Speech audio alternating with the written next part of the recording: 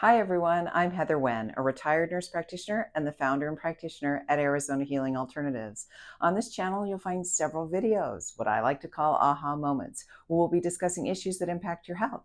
So whether you decide to use Western medicine, alternative medicine, or even a mix of both, I'm passionate about you knowing what your options are. For today's aha moment, well, it's February. So we're going to be looking at, since it's Love Month, we're going to be looking at powerful, powerlessness, power, compromise. What do all those words mean to you?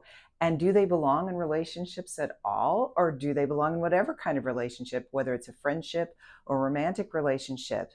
Where do you stand when it comes to being powerful, being powerless, compromise? How does all that fit together? So stay tuned.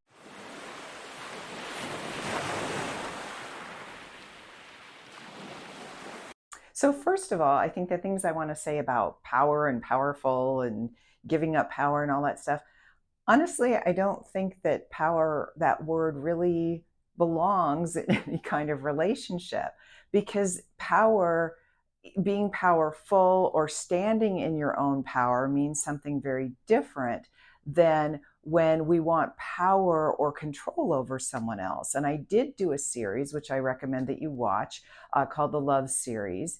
And with that, we talk about all sorts of great things as to what love means and what the chemicals mean, and from chemistry to all sorts of different things, to when love hurts and love gets into more abusive, sort of narcissistic categories.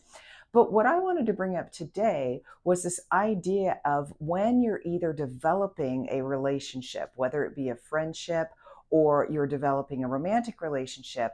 I hear people all the time talk to me about the power in a relationship. Well, who's got the power? Who's running the show? Okay, well, there are many relationships that work just fine with that. But what concerns me about that is the power from the standpoint of one person has to be above another person, right? Or one person has to be more in control in the relationship.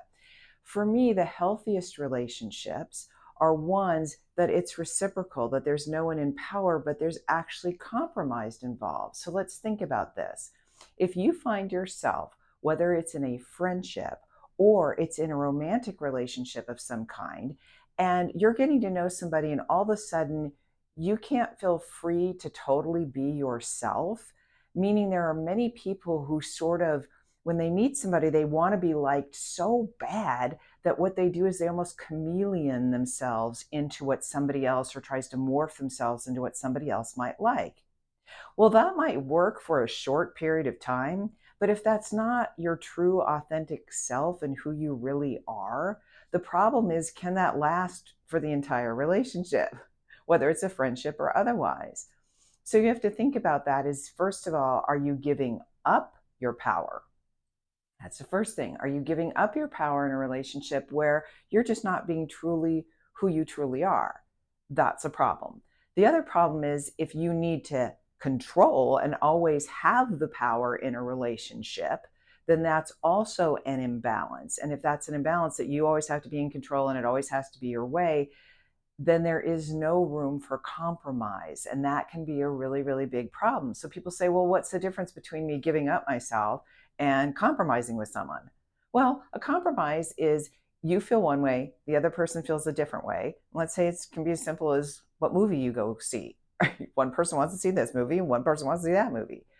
Well, coming to a compromise doesn't mean, well, I don't want to see that movie, and so I'm just going to go along with you, and then I'm not happy about it, because that's a passive aggressive thing. And I already did the video on passive aggressive behavior and assertive behavior and passive aggressive stuff. What that's about is, you say, oh, okay, well, I'm fine if we go see the movie that you want to see this time, but maybe next week we go see the movie I want to see. That's a compromise.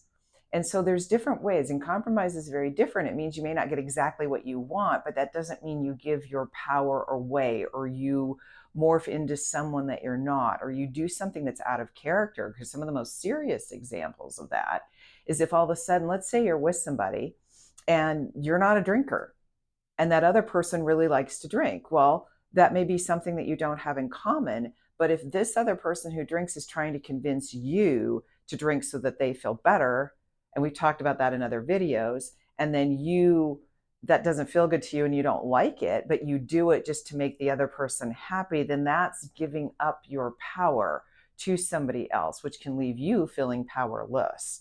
So that's morphing into what somebody else wants. And oftentimes when you do that, it can become more of an abusive situation where somebody always has to be in power and makes you feel less than. And like I said, I've covered that in other videos.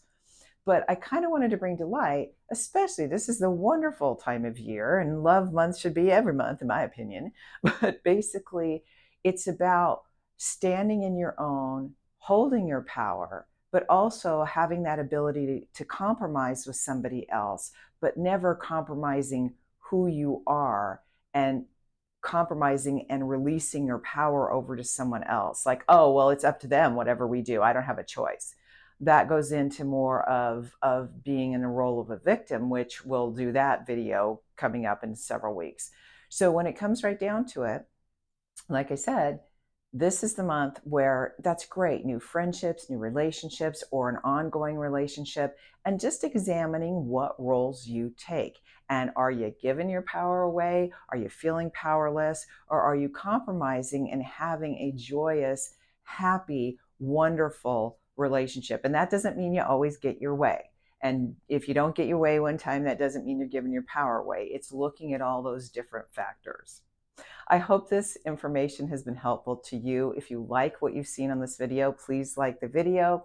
Don't hesitate to leave comments, and I'll be happy to respond to those that you have in the comments section. Other than that, as always, be wonderful to one another, have fun, and just let's make that an equal sort of relationship.